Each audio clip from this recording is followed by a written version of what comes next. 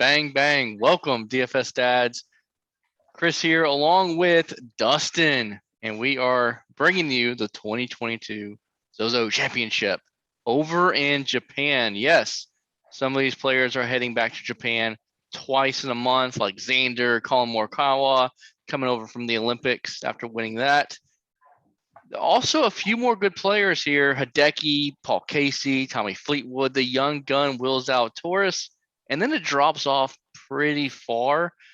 So you're probably going to see a lot of stars and scrubs. Now, about this course, there's only 78 players. We are once again at a no cut event. So once again this week, I'm going to dial it back on the money. That's just me personally. I don't know about Dustin. He's kind of a heavy hitter over there.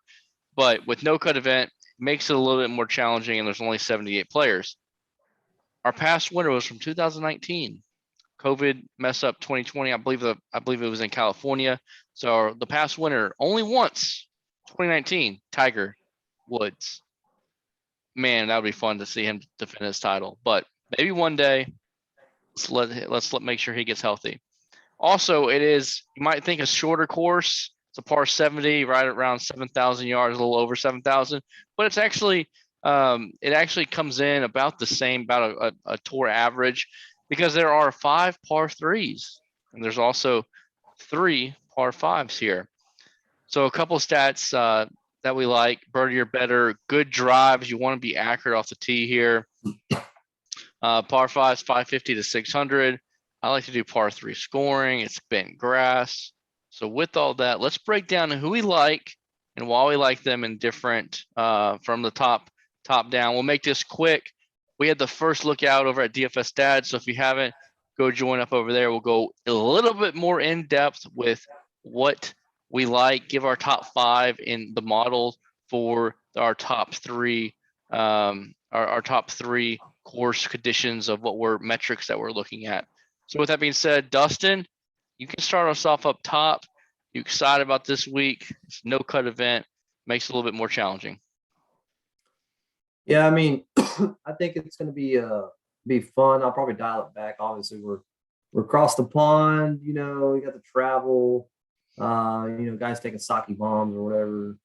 Never know how they're going to play across over there when they're normally playing over here. Some of these guys obviously do back and forth, Euro and American, but for me, no cut event and it being in another country, another continent, I'm going to definitely dial it back.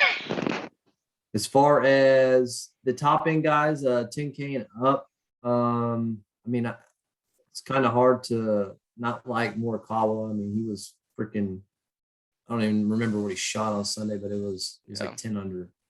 Second place, yeah. Yeah, second. And, got to have a good feeling after firing off the round like that. He is the most expensive, though. And I also like our boy Paul Casey, who, I kind of have a thing for. He just can't putt. So if he putts this week, he can definitely win. But those are my 2 that I would pick if I had to from the top.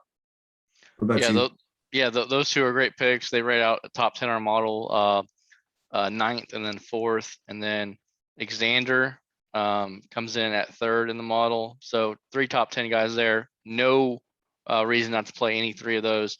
But I want to play Hideki Mats. Now, last week at the CJ Cup, he got 59th, which is really bad. He lost 9 strokes putting, but tee to green, he gained 5, and tee to green is going to be very important this week. And I'm going to be a betting man and thinks he does not lose 9 strokes putting. Hopefully gets that back going back over to Japan. He hasn't really played a lot since the Masters victory. He hasn't played a ton of tournaments, so it's kind of interesting. I think looks like he's only played like 10 tournaments since the Masters that he won back in April. So he hasn't played a ton, but Hideki, and also there's a lot of reasons not to pick Hideki in the top of the range. He rates 34th in my model, but with that being said, I think he's going to get his putting back. And I think he's going to play well. I'm just looking for reasons to not play Kawa and Xander, to be honest, and also Paul Casey. Moving down to the 9K range, I'll start with with the one play that I'm excited for, a guy I have a little bit of a bias to. I feel like I play him a lot. But Keegan Bradley, his last 20 tournaments, 10 tournaments, 5 tournaments, he is gaining strokes everywhere except obviously putting, right? So once again, what's better than picking one no putt putter? It is picking 2 no putters. So he got 32nd last week at the CJ Cup. He did gain 2 strokes putting, average everywhere else. But Keegan Bradley is someone in my model rates out 5th. His opportunities gained top 10, green and regulation, and also his good drives gained is top 10 as well. So I think Hideki and then Keegan Bradley are going to get the putter rolling this week. And you got to take some chances. It's a smaller field, and that's who I'm going to take my chance on. Dustin, who do you like up for the second range here? I'll give you another non-great putter. Oh, God, another? Grillo Pad down there at who's another one of my guys that I love in double ups and that kind of thing. Rates out really well. Just he's gonna lose strokes putting most weeks. But he gives himself opportunities. He's playing pretty well. Let's see here. He's got an 18th last week, 47th the week before that. Obviously a watered down field once you get past those top guys. And then one other that I would keep an eye on, or actually 2, is EVR and McNeely. McNeely's just been playing great overall, his body of work, and then you had EVR play pretty well last week. So, I'll look a little bit into them. Yeah, you can add another no putter in Carlos Ortiz. He rates out top 10, 8th in our model to be exact. A ton of good metrics here. Minus just 62nd in putting. There's only like 78 players, so pretty bad there. But the guy who I like, who actually rates out number 1. Oh, I thought you were going to take my guy. Don't take my guy. Oh, go ahead. You can take the number 1. I'm talking about my guy. Who are you talking about? You probably haven't seen. Are you talking about Kurt? Are you talking about Kurt? No. Who are we talking about? I gotta figure this out. I think I played him in every cash tournament. Norlander? Vegas, baby. Oh, Johnny Vegas. I don't even know where he's at. How low are we going over here? He's 89. He's 89. He's 89. Okay. I must have just missed him. He's 6th in our model. You missed him. Okay. But, he has 1 missed cut, I think, in since April or March or something, and a ton of top 10s. Played well last week, and he'll be in my cash score this week too. This is why I do this pod. See, I even glance over some stud. He got 14th at the CJ last week, gaining almost 5 strokes. He's just been really good for about a year. So his putter was average, just losing half a stroke, no big deal. That's what I'm talking about. Adam Shank, also another good player. Yeah. Who rates out number 1 in our model. You can't have 6 no putters. He is 4th in the model at putting, 1st overall in the model, and at 8,200, a good value play. There's a lot of good plays around that. I would say 85 to really to the 8K range, really 79K is pretty good. Moving on down a little bit. Give me a sleeper or 2 from the 7K range and the 6K range.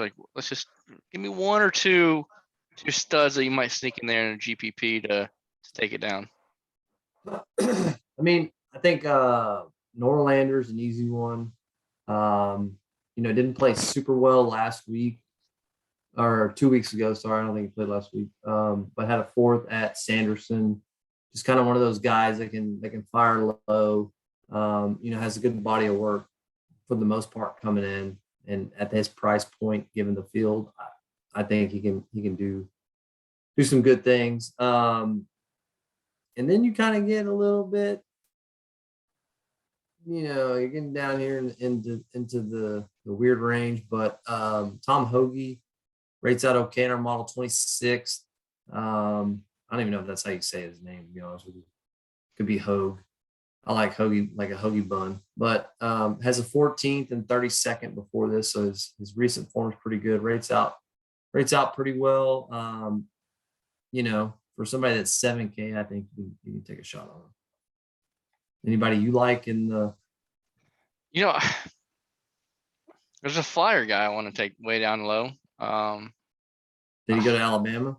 No, his name is Wesley Bryan, but I'm not, down at, if you really need someone really deep down at 6K range, and you'll see in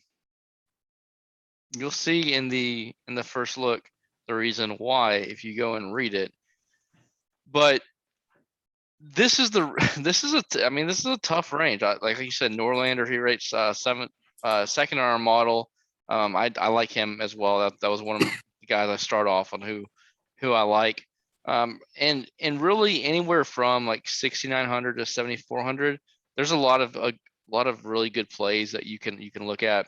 Like Doug Yim is 17th on our model, 8th in opportunities gain, 10th in greens and regulation gain. Also, once again, we want to make sure you have good drives. He is 4th. Team no putt fits in there. So right there at 7K is where I'm at. So really, Doug Yim and then Norlander at 74 are the two are the cheaper ones. And then if I really want to go down low, I like Wesley Bryan down at 6K flat as a tournament flyer. Wouldn't use him for anything but that. With that said, anybody that we missed down here that you might have a look at? I mean, Sloan is always one of those guys that can pop off. He's either going to be really good or he's going to be really bad. He had miscut at the Shriners, 14th at Sanderson, 2 miscuts before that, and a second at the Wyndham. Kind of gives you a good snapshot of his game as a whole. He gained 10 strokes, lost 10 strokes the next tournament. And then gained 7.8 strokes the very next tournament, and then lost 2.5, missed the cut, like all over the map, all over. Yep. But when he's hot, he's hot. So it's kind of like, especially, GPP type play, throw him in, MME, because he can, and he's 6,800. So it's no cut. So, you don't really have to worry that much about. And I think that's kind of plays into his game for this one. So he might be even safer because if he, like I said, you can't miss a cut. So he's either really good or really bad. So you kind of take the odds there of him getting a top 10 is going to be way better than him getting in the 40th. You can take that risk. Yeah. And to be transparent, one guy that at first I really wanted to look at was Brennan Todd. Good cheap play, but at 7,400, great putter, and he's a really good driver. Good drives, not necessarily distance, but his form coming in has just been awful, and so that made me off of him. And I'm just going to stick with what I know and who rates out even better than him at the 7,400 range, which is Henrik Norlander. Don't overthink it down here. Have your couple plays that you want. And then also if you want to play some GPP, got to get a little bit more wild because you have to differentiate yourself a little bit more because there is only 78 golfers and there is not a cut. So it changes it up a little bit. But with that being said, I did not say Kyle Stanley at 6,200. I was surprised. I didn't say it. And maybe it's his last 5 straight missed cuts. I can't do it. I mean, if you look at his ratings, it ain't too bad. Not too bad. But then you look at his recent form. Miscut. Yeah. I mean, what can I do? He'll probably top 10. I mean, there's a good chance. I might have to put that as a bet. All right. Make sure you go check us out, DFS Dads. We have our first look out. Then we're going to have our deep dive and all of our picks there. At the very least, check us out on Showdown. We've been kind of on fire on Showdown. I'm not going to lie. Not going to lie to you guys. We've been doing pretty good on PGA Showdowns. Money is money. Even if you don't love PGA, you probably do love PGA if you're watching this far in. But you should still play it. Money is money. Let's go make some money this week, and we'll talk to y'all soon.